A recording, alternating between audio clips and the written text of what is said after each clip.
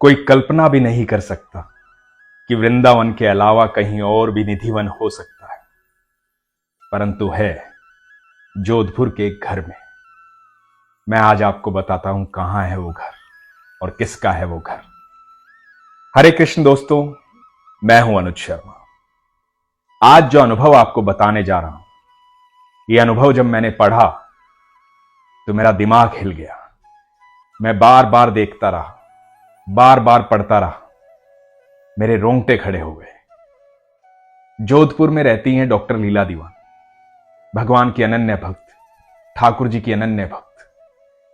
बहुत साल पहले बाके बिहारी से एक लड्डू गोपाल अपने घर लेकर आती हैं, उनकी आराधना करती हैं, पूजा करती हैं, उन्हें भोग लगाती हैं।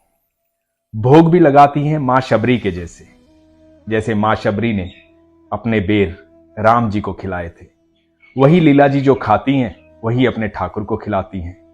बेहद प्रेम करती हैं, रात को अपने साथ सुलाती हैं। लीला जी बताती हैं कि करीबन 7-8 दिन से ऐसा हो रहा था कि मुझे लगता था कि कोई मेरे पीछे है। मैं रसोई में जाती तब कोई पीछे आता, मैं रूम में दूसरी जगह जाती तब कोई पीछे आता, और पीछे मुड़ के देखती तो कोई भी नहीं मिलता। ये बात उस समय की है जब दुनिया भर में कोरोना चल रहा था, कोई किसी के घर आता जाता नहीं था। लीला जी बताती हैं कि उस समय मैं सारा दिन भक्ति में लीन रहती थी, भगवान की आराधना करती, भगवान को भोग लगाती। ये अपने लड्डू गोपाल को थोड़ा सा देरी से उठाती क्योंकि रात को उनके साथ खेलती हैं, अपने बेडरूम में अपने साथ सुलाती हैं, बेहद प्रेम करती हैं, तो सुबह 10-11 बजे उनको उठाती। लीला जी की एक सहेली है ललिता वर्मा, ललिता वर्मा जी को बुला लेती हैं, पड़ोस में ही रहती हैं। तो बताती हैं कि कोरोना में मैं ललिता जी को बुला लेती थी, रात्रि को भजन करना उनका काम था, उनकी जिम्मेदारी थी। दोनों सहेलियां भजन करती थी, भगवान से बेहद प्रेम करती हैं, खास सहेली हैं उनकी, सुख दुख की बातें करती हैं, ईश्वर की बातें करती हैं। तो एक रात हुआ यूं कि ललिता जी भी आई थी भजन करने, और लीला जी ने अपने कान्हा जी को, लड्डू गोपाल को, रात्रि को टीवी की ट्रॉली के पास उनकी एक छोटी सी खटिया है, उस पर सुला दिया। उस दिन अपने बेडरूम में लेकर नहीं गई, बेडरूम में लेकर नहीं गई तो खुद जाकर के सो गई। सुबह जब उठी, क्योंकि कोरोना चल रहा था, तो लीला जी अपने बेटे के साथ रहती हैं। इनके पति करीबन 7 साल पहले बैकुंठवास पे चले गए हैं, ठाकुर जी के पास चले गए हैं, तो मां और बेटा ही घर में रहते हैं। तो बेटे की जिम्मेदारी थी घर में झाड़ू पोछा लगाना, घर की साफ सफाई करना। हम सब के घरों में यही चल रहा था उन दिनों। तो इनका बेटा जो है वो पोछा लगाता था। तो बेटा आया मां के पास कि मां, तुम कितना गंदा कर देती हो घर को, थोड़ा तो ध्यान रखा करो, पोछा मुझे लगाना पड़ता है। मां बोली, क्या हुआ बेटा? बोला, हर जगह पैरों के निशान कर रखे, जाकर देखो उधर, ध्यान रखना चाहिए आपको। मां ने कहा कि ठीक है बेटा, मैं पोछा लगा देती हूं, पोछा मुझे दो। और मां ने बेटे से पोछा लिया और गई पोछा लगाने। जब पोछा लगाने ही वाली थी तो देखा फर्श पर जो पैरों के निशान हैं, वो पैरों के निशान लीला जी के नहीं। तो फिर किसके हैं?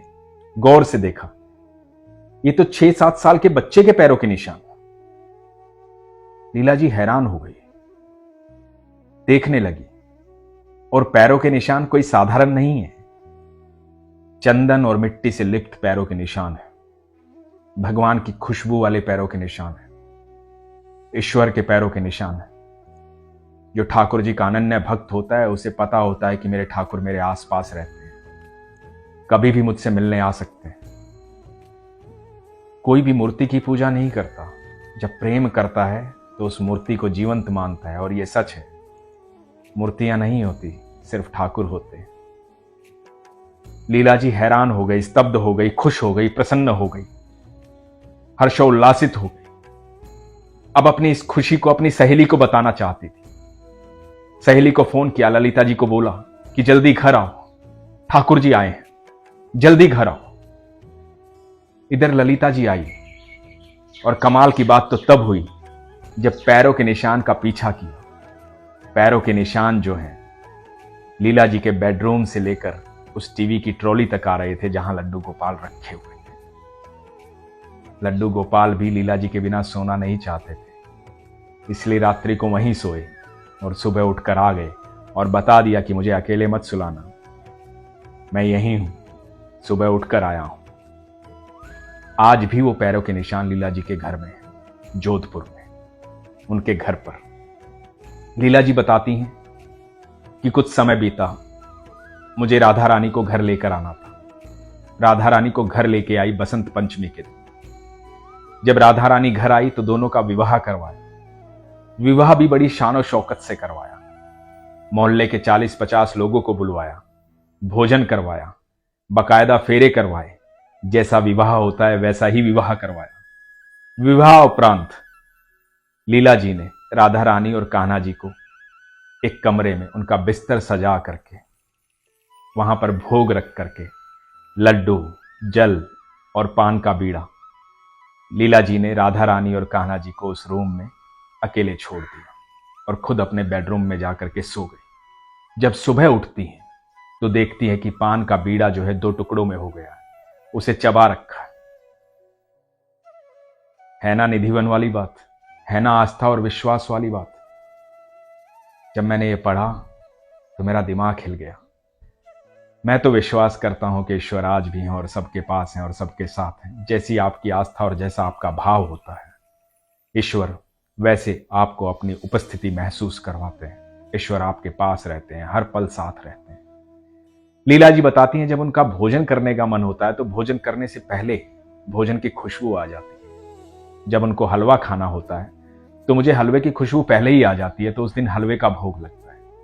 आज राधा रानी और कान्हा जी लीला जी के घर में रहते हैं। इतने सौभाग्यशाली लोग इस धरती पर बहुत कम हैं। इतना प्रेम करने वाले लोग भी बहुत कम हैं। जब आप इतना प्रेम करते हैं, इतना विश्वास रखते हैं, तो ईश्वर साक्षात आपसे मिलने आते हैं, आपको अपनी उपस्थिति बताते हैं, आपके साथ रहते हैं। लीला जी धन्य हो गई। लीला जी कहती हैं वो मेरा बेटा है, मेरा लल्ला है, मेरा सब कुछ है। सुबह शाम उन्हीं की आराधना में व्यस्त रहती हैं, भोग लगाती हैं, पूजा पाठ करती हैं, प्रेम करती हैं। बस यही जीवन है। उनके जीवन में कृष्ण ही कृष्ण है, हर पल कृष्ण है, हर पल ठाकुर है। अद्भुत लीला है ये प्रभु की। इसलिए मैं हमेशा कहता हूं, अपने विश्वास को मजबूत रखिए, अपना ख्याल रखिए। हरे कृष्ण।